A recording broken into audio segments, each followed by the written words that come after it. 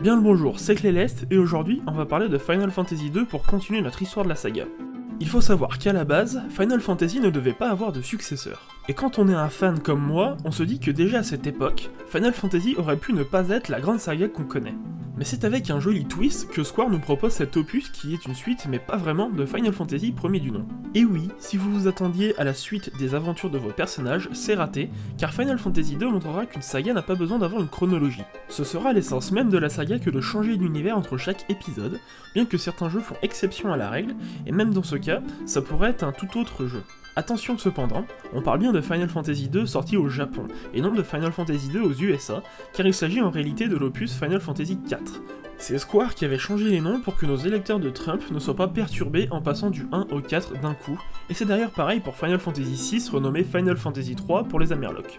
On ne change pas une équipe qui gagne, on y rajoute des talents, c'est donc ainsi que l'équipe de développement de Final Fantasy II se voit gonfler d'une seule et unique personne supplémentaire. À peine la sortie de Final Fantasy terminée, Square a déjà pour projet de bosser sur un nouveau jeu, mais ne prendra pas tout de suite le nom de Final Fantasy II. C'est après une année de développement que le jeu sort uniquement au Japon le 17 décembre 1998 sur la Famicom et se vend à 800 000 copies. C'est moins que son parent, mais il faut aussi dire que Final Fantasy II ne sort pas aux USA, et pas non plus sur un autre support. C'est à la base une exclusivité Famicom jusqu'à la sortie japonaise de la WonderSwan Color en 2001. Une version anglaise sort en 2003 avec Final Fantasy I sur PlayStation, et une traduction autre que l'anglais arrive en 2004 avec la compilation GBA. Le jeu sort aussi sur PSP et sur Android et iOS. Au total, 1,73 million de copies du jeu sont vendues dans le monde entier avec toutes les versions, signant un moins franc succès que Final Fantasy premier du nom. Mais il n'a pas à rougir de son héritage, car le jeu possède de plus grandes qualités que Final Fantasy, notamment une plus grande expérience de développeur dans la lisibilité du titre, en augmentant la taille des polices d'écriture, mais aussi dans son écran de combat qui est plus ergonomique. Les mauvaises langues diront que c'est Final Fantasy IV qui apporte le premier vrai scénario de la saga.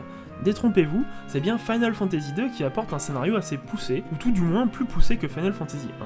L'écriture est meilleure, et l'originalité du titre aussi, avec un système d'évolution très osé même de nos jours, bien qu'assez contraignant quand on se pose sur le jeu. En effet, les personnages n'ont pas de barre d'expérience, ou tout du moins elle est cachée, et on augmente nos stats en pratiquant. Le jeu référence alors très bien son prédécesseur, notamment avec l'utilisation des mêmes musiques que pour Final Fantasy I. Certains parleront de fainéantise de la part de Uematsu, or il s'agit plutôt d'une référence, histoire de tisser un lien entre deux opus qui n'en ont pas forcément. Mais le jeu creuse tout de même un fossé avec le précédent opus et fondateur, notamment avec son gameplay novateur et peu repris par la suite. C'est aussi la première apparition du Chocobo, un piège jaune géant qui sert de monture, et posera aussi la base de cette créature dans l'univers de Final Fantasy. Ce jeu n'est pour moi pas meilleur ou plus mauvais que Final Fantasy I, bien que Final Fantasy II corrige pas mal de choses, notamment au niveau de l'écriture, son système de combat forçant l'optimisation peu repoussée, et c'est malheureusement mon cas. Il n'en reste pas moins que le jeu est une confirmation dans une moindre mesure par rapport à son succès critique et commercial, permettant à Square de continuer sur sa lancée.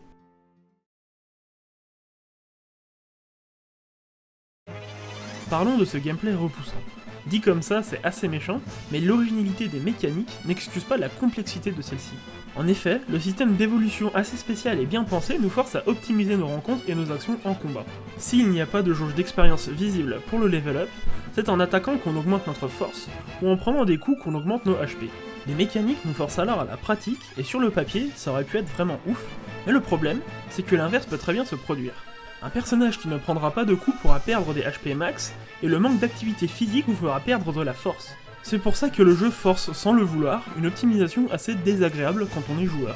Mais c'est juste un manque de retour sur le système qui, à mon sens, a fait que le jeu n'est pas parfait, voire moyen. Je pense vraiment que dans leur tête, le système était cool, et d'ailleurs, il est très bon sur le papier, mais moyen quand on l'applique à Final Fantasy II.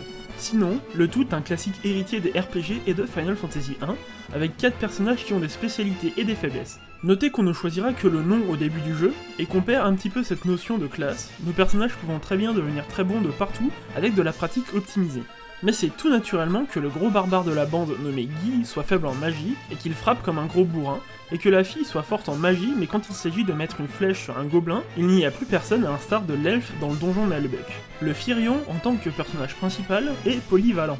Mais il faut savoir que le système d'évolution ne s'arrête pas à ça, et prend à peu près le même système pour les pièces d'équipement, mais qui cette fois est beaucoup moins punitif si on bourre dans une seule voie. Les niveaux se montent en attaquant, ou en recevant des coups avec des catégories d'équipements, comme les boucliers ou les casques. Le système de magie est tout à fait pareil, excepté qu'on ne perd pas de niveau avec l'absence de pratique, mais l'évolution est assez lente pour que le physique soit plus intéressant que la magie. On apprend en premier lieu les magies à un personnage avec des tomes achetés ou trouvés, peu importe son orientation. On augmente bien évidemment les niveaux magiques en usant de cette magie le plus possible. Malgré ce système d'évolution moyen, les combats sont tout à fait praticables et on prendra autant de plaisir à faire les combats que dans Final Fantasy 1. Même si je dénigre ce système d'évolution, j'aime beaucoup le principe et déjà à l'époque, Final Fantasy montre qui est le patron des RPG japonais en apportant une chose neuve et plus intéressante malgré une réalisation moyenne. Mais le jeu est jouable tout du long, il en est peut-être un petit peu plus laborieux à finir comme il faut.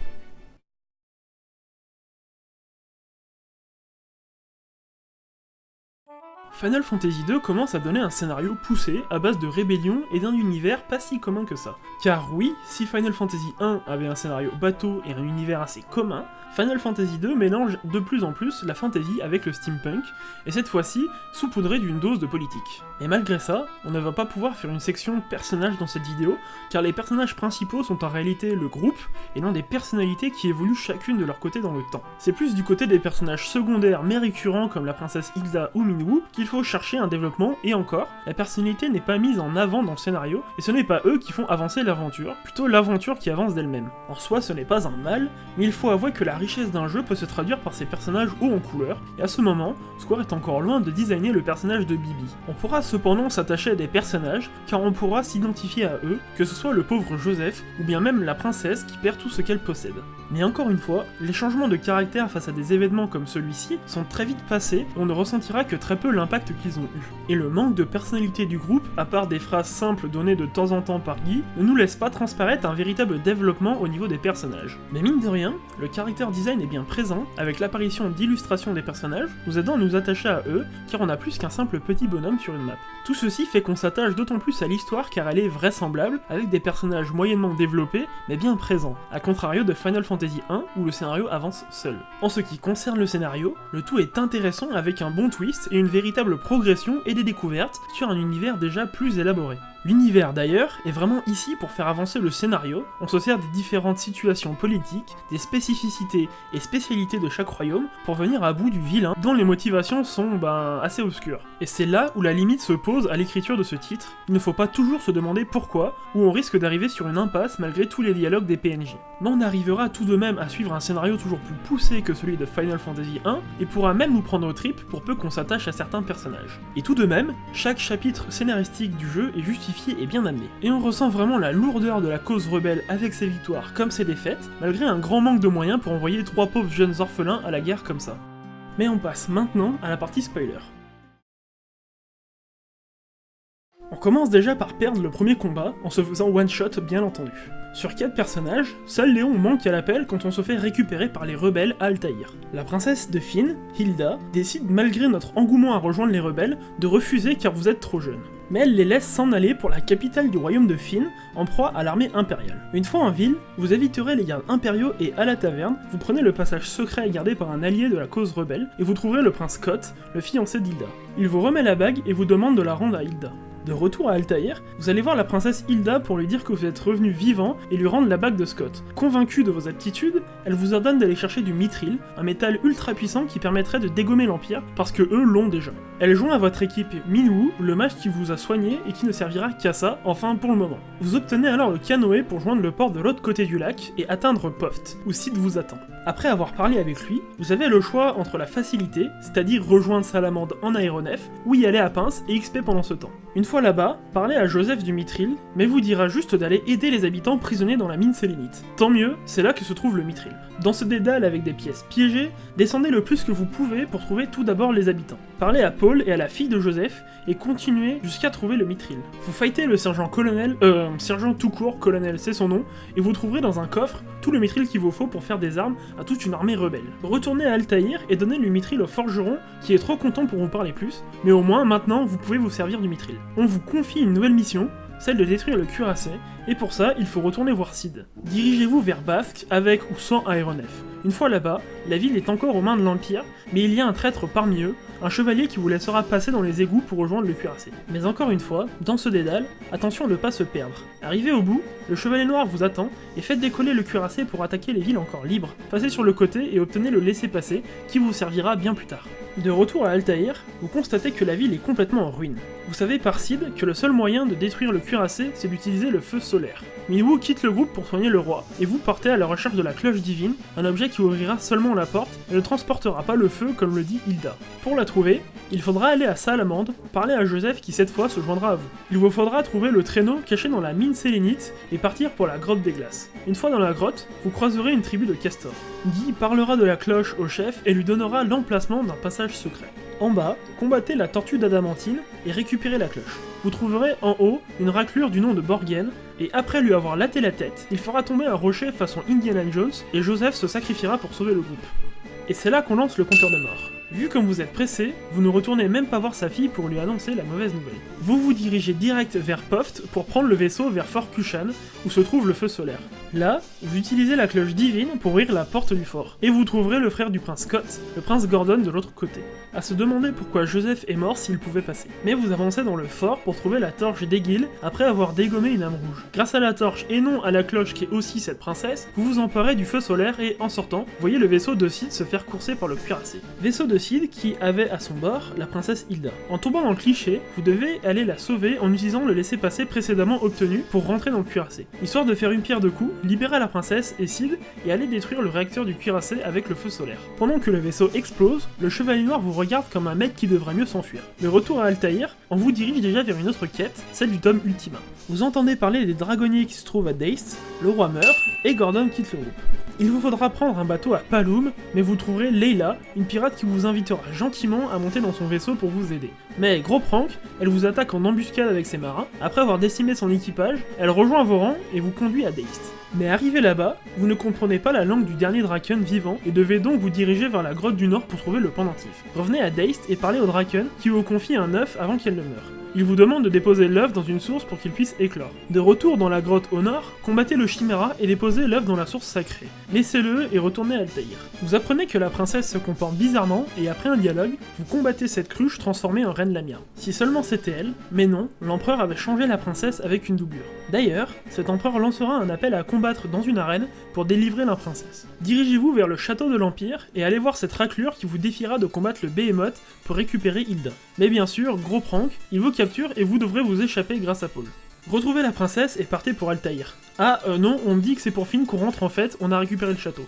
On vous demande de trouver le masque blanc qui se trouve dans un passage secret du château. Vient alors tout naturellement le tour du masque noir qui se trouve à Mystidia. Mais une fois arrivé là-bas, il faudra déposer le masque en dessous de la ville sur une statue de déesse. Et le masque noir n'est pas à Mystidia, mais sur une île tropicale, un autre labyrinthe où 4 rhinos gardent le coffre avec le masque. Dirigez-vous alors vers l'est de Mystidia pour y trouver sa caverne. Déposez le masque sur le clone de Firion et avancez dans un dédale de folie pour trouver le sceptre de cristal qui vous permettra d'avoir le tome Ultima. Direction le cercle des rochers pour ouvrir le passage vers le tome Ultima, mais une fois arrivé dans l'enceinte du cercle, un torrent arrive et vous englobe. Une fois dans le ventre du Léviathan, on perd Leila, la pirate.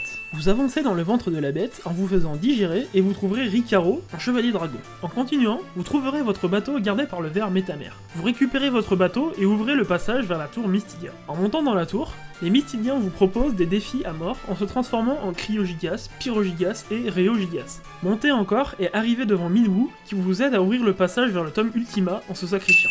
Dans l'antichambre, vous pouvez gagner en puissance et enfin prendre le tome Ultima. Une fois de retour, la ville de Finn se fait attaquer par un cyclone. Vous voyez avec surprise que Leila n'est pas morte. Alors, vous montez dans le château pour arriver devant un miroir. Avec le pendentif, vous voyez apparaître l'œuf de dragon qui éclot. Le dragon arrive alors à Finn par les airs et vous permettra d'entrer dans le cyclone. Dans l'œil de la tempête, vous trouverez un repère de l'Empire.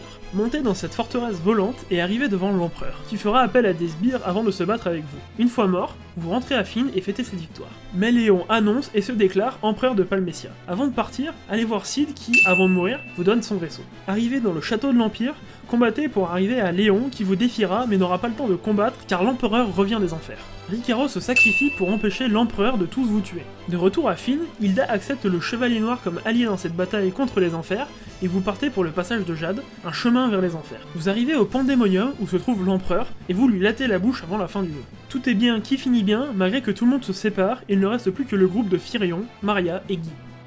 Un long résumé du scénario qui vous en spoil la majorité, mais qui vous donne surtout un bel aperçu de ce que c'est que ce scénario bien poussé.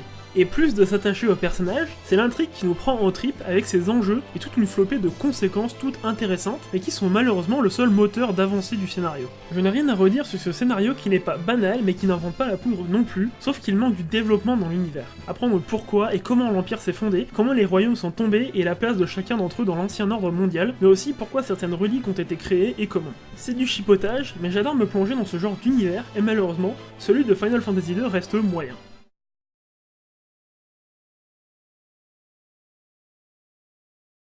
En ce qui concerne la musique, comme je vous l'ai dit plus tôt, on pourrait considérer que le travail a été bâclé en reprenant les thèmes déjà présents dans Final Fantasy. Mais de nos jours, on pourrait plutôt se dire que Uematsu n'a fait qu'intégrer une certaine hérédité entre les deux opus. Cette idée est, en soi, tout l'esprit de Final Fantasy, car si le jeu est complètement différent et inédit dans la saga, l'hérédité de l'univers sonore comme écrit perdure depuis un moment. On entendra alors de nouveau The Prelude et la fanfare qui deviendront des musiques caractéristiques de Final Fantasy. La musique de combat est similaire, sans trop copier, en apportant tout autant de rythme et d'entrain. Uematsu signe encore une OST assez orchestrale, avec des sonorités assez différentes, et qui colle en toutes circonstances, avec de sacrées musiques épiques comme celle du Pandemonium, et qui reprend aussi un peu le thème des ruines du chaos, mais en plus ample et plus travaillé que cette dernière. Les thèmes comme Imperial Army intègrent une immersion par rapport aux situations du scénario, rarement vues à cette époque. Et la chanson des Chocobos reste et perdure encore aujourd'hui, avec certaines variations certes, mais l'essence est encore là. Mais c'est plus dans le manque de diversité des musiques, par exemple pour les donjons, dont une seule musique les intègre, que l'OST de Final Fantasy II ne reste que bonne et pas magistrale, et ceci malgré des mises en situation vraiment immersives. La musique sur certains boss sont aussi, à mon sens, assez hors sujet, et ne servent pas à l'immersion, malgré une certaine qualité. Ce qu'il faut retenir de ce Final Fantasy II, c'est qu'il reste sur le papier un bien meilleur opus avec un bon nombre d'améliorations par rapport au 1, mais au final seulement à sa sortie.